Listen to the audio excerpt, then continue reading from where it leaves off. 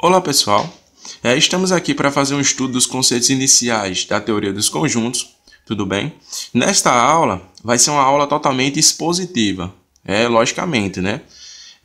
A gente vai tentar entender alguns conceitos através da exemplificação, tudo bem? Ela tem como objetivo compreender os conceitos iniciais da teoria dos conjuntos, para que a gente possa adentrar ainda mais nessa teoria e que sirva de pré-requisito para o estudo de outros conteúdos em matemática, como funções, por exemplo, dentre outros. Então, sem perder de tempo, vamos ao conteúdo, tudo bem? Na teoria dos conjuntos, existem três noções que são tratadas sem definição, tudo bem? Que são consideradas noções primitivas da teoria dos conjuntos, que é conjunto, elemento e pertinência entre elemento e conjunto, tudo bem? Cabe destacar essa parte de conjunto e elemento, na parte de pertinência, porque é o seguinte, isso será muito importante na solução dos nossos exercícios, tudo bem? Porque a pertinência só ocorre entre elemento e conjunto, beleza?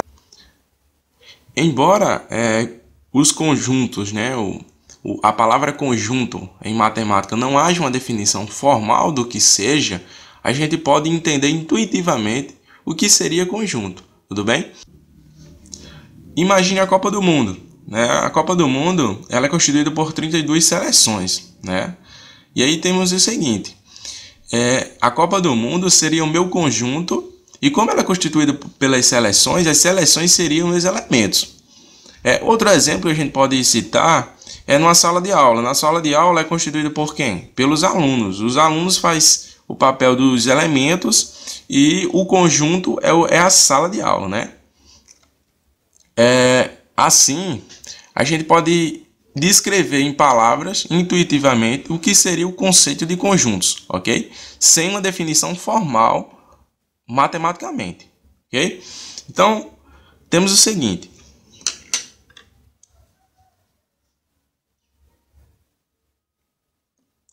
Conceito intuitivo. Tudo bem? Então, basicamente, no geral, o que seria esse conceito? É um agrupamento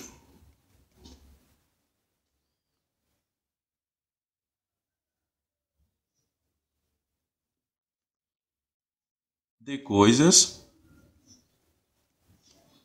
no qual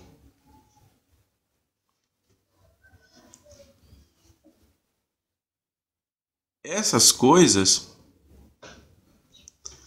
são os elementos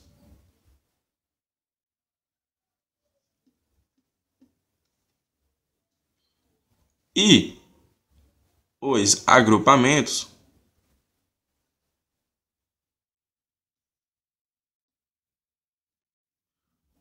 os conjuntos.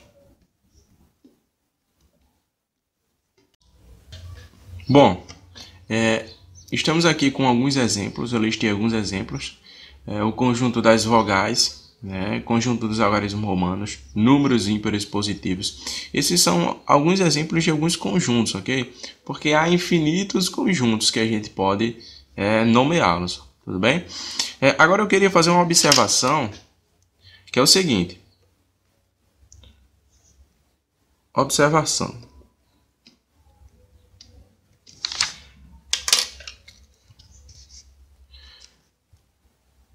É importante notar, que um conjunto pode ser elemento de outro conjunto, tudo bem? Então, retome aquele exemplo que eu dei da Copa do Mundo. Da Copa do Mundo, a gente tinha 32 seleções, que eram meus elementos, e a Copa do Mundo era o conjunto. Mas note que o seguinte, as seleções, elas poderiam ser encaradas como o quê? Como conjuntos. Por quê? Porque as seleções, elas são constituídas por quem? Pelos jogadores. Então, quer dizer que as seleções, que são elementos da Copa do Mundo, são conjuntos que são formados pelos jogadores. Assim, a gente pode escrever o seguinte. É importante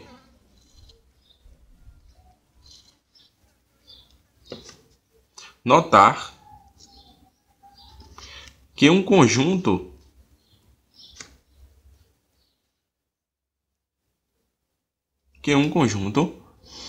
pode ser elemento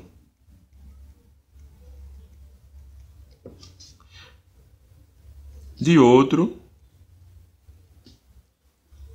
conjunto. Beleza? Pessoal, e aí é o seguinte, notação. Geralmente a gente indica um conjunto com letras maiúsculas, tudo bem? E aí você vai escrever com as letras do alfabeto mesmo, A, B, C, sendo elas maiúsculas. Já os elementos a gente descreve, né, de maneira geral, com letras minúsculas. Dando continuidade, a gente tem as representações, né, as formas de representar os conjuntos. Nós temos a forma de representação tabular, tudo bem? E mais à frente a gente vai ver a representação por propriedade. Essa representação tabular nada mais é do que o seguinte: nós iremos listar, ou seja, descrever todos os elementos de um conjunto. Bom, eu listei alguns exemplos aqui, né? São 3 exemplos que a gente vai perceber alguns detalhes minuciosos, ok? Nas formas de representá-los, né? Representação de conjuntos na forma tabular. No primeiro, como vocês podem ver, eu listei todos os elementos, né? São as minhas vogais, né? O conjunto das vogais, tudo bem?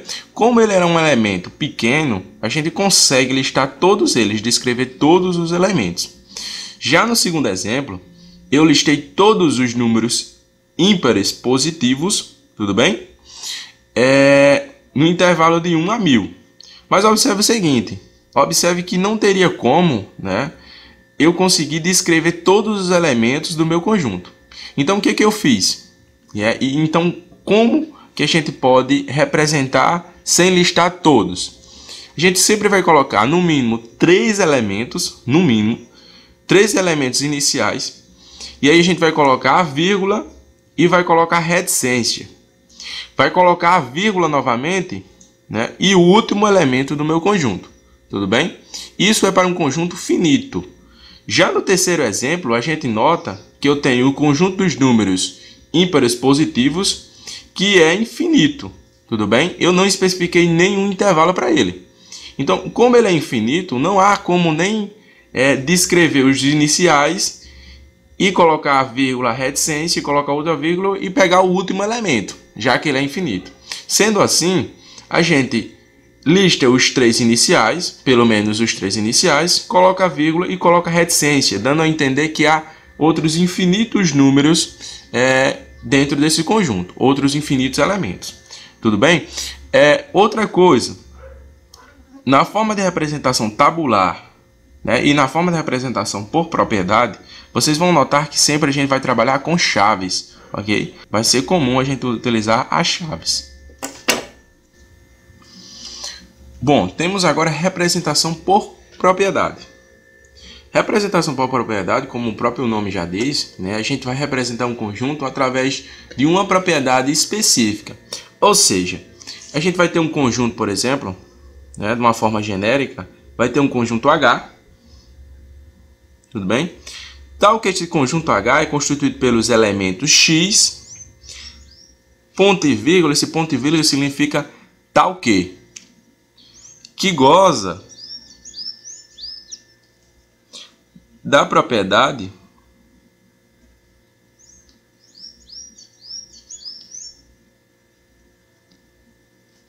P.